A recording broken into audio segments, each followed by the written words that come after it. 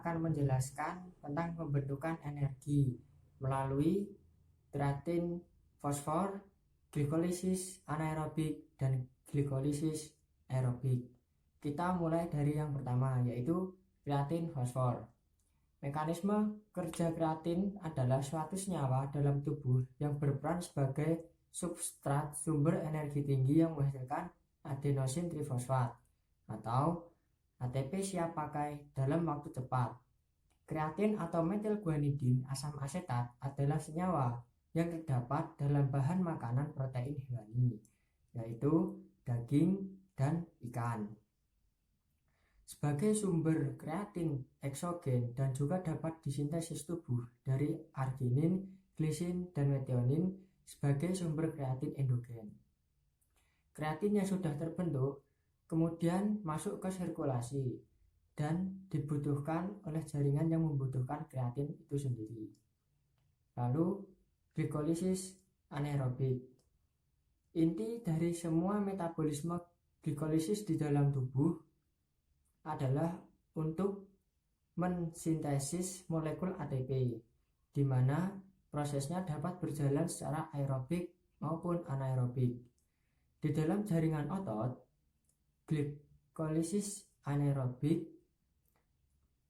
hidrolisis 1 mol ATP akan menghasilkan energi sebesar 31 kJ atau setara dengan 7,3 kilokalori, serta akan menghasilkan produk lain berupa ADP, adenosin difosfat, dan PI, inorganik fosfat. Proses metabolisme energi secara anaerobik dapat menghasilkan ATP dengan laju yang lebih cepat jika dibandingkan dengan metabolisme energi secara aerobik untuk olahraga yang membutuhkan tenaga besar dalam waktu singkat. Proses metabolisme ini dapat menyediakan ATP dengan cepat, namun hanya untuk waktu kurang lebih 90 detik atau 1,5 menit. Kita lanjut ke glikolisis aerobik. Proses metabolisme energi secara glikolisis aerobik juga dikatakan merupakan proses yang bersih, karena selain menghasilkan energi, proses tersebut hanya akan menghasilkan produk samping berupa CO2 dan H2O. Proses ini berbeda dengan proses metabolisme secara anaerobik yang juga akan menghasilkan produk samping berupa asam laktat. Dan jika asam laktat itu menumpuk di dalam tubuh kita, itu akan menyebabkan rasa pegal di dalam tubuh, terutama di bagian otot-otot kita. Hal inilah yang menyebabkan mengapa gerakan-gerakan bertenaga saat olahraga tidak dapat dilakukan secara kontinu dalam waktu yang panjang, harus diselingi dengan interval istirahat. Sekian penjelasan dari saya.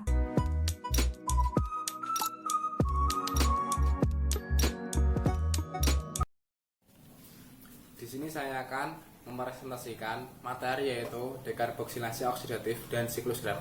Nah, yang pertama, dekarboksilasi oksidatif. Dekarboksilasi oksidatif adalah reaksi perantara antara glikolisis dengan siklus Krebs. Nah, dalam hal ini asam pirufat yang memiliki 3 atom karbon akan diubah menjadi asam sitrat yang memiliki 2 atom karbon yang menghasilkan 2 NADH dan 2 CO2. Nah, hasil tersebut akan diubah menjadi asetat. Kemudian koenzim A atau KOA akan diubah atau akan diikatkan dengan asetat menjadi asetil koenzim A atau asetil KOA. Nah, yang kedua siklus Krebs. Nah, siklus Krebs ini gambarnya kurang lebih seperti ini. Nah, siklus Krebs diawali dengan asetil KOA berhubungan dengan oksaloasetat membentuk sitrat dengan enzim sitrat sintase. Nah, yang kemudian sitrat akan diubah menjadi isositrat dengan bantuan enzim akonitase. Kemudian isositrat akan diubah menjadi alfa ketogultarat menggunakan enzim isositrat dehidrogenase. Reaksi ini akan mengeluarkan atau melepas CO2 dan menghasilkan NADH.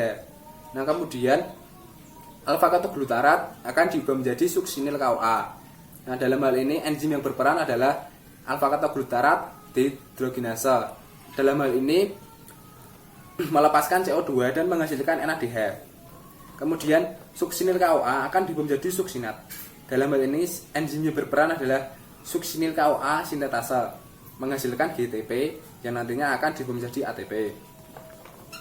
Kemudian suksinat akan diubah menjadi fumarat dengan bantuan enzim suksinat dehidrogenase menghasilkan FADH2.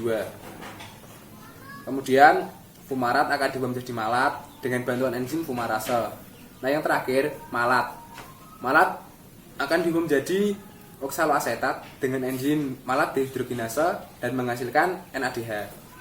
Nah, satu molekul asetil KOA jadi menghasilkan 1 ATP, 1 FADH2, 3 NADH, 2 CO2.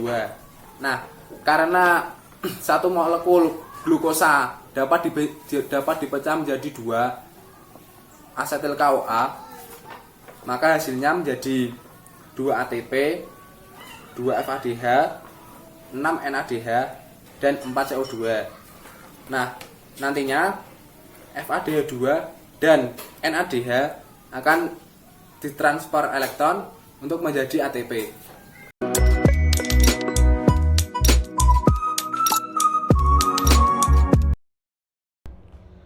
Pada kali ini saya akan menjelaskan tahap pembuatan energi melalui proses transport elektron.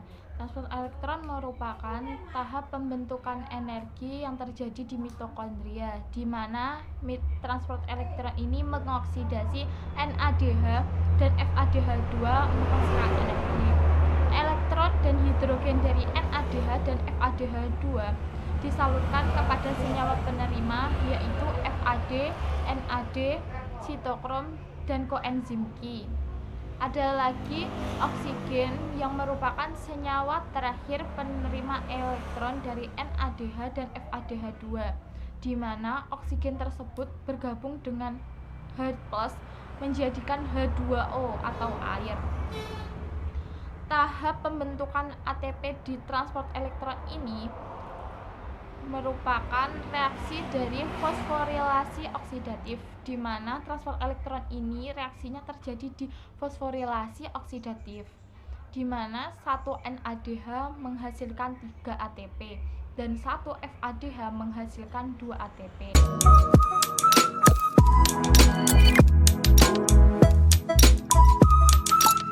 Ya, saya di sini akan menjelaskan lemak dan protein menjadi sumber energi bagi tubuh.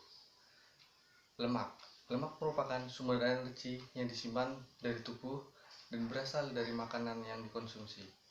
Zat gizi ini menyumbangkan 60% dari total energi yang dibutuhkan pada saat beristirahat maupun pada saat berolahraga. Lemak disebut juga lipid.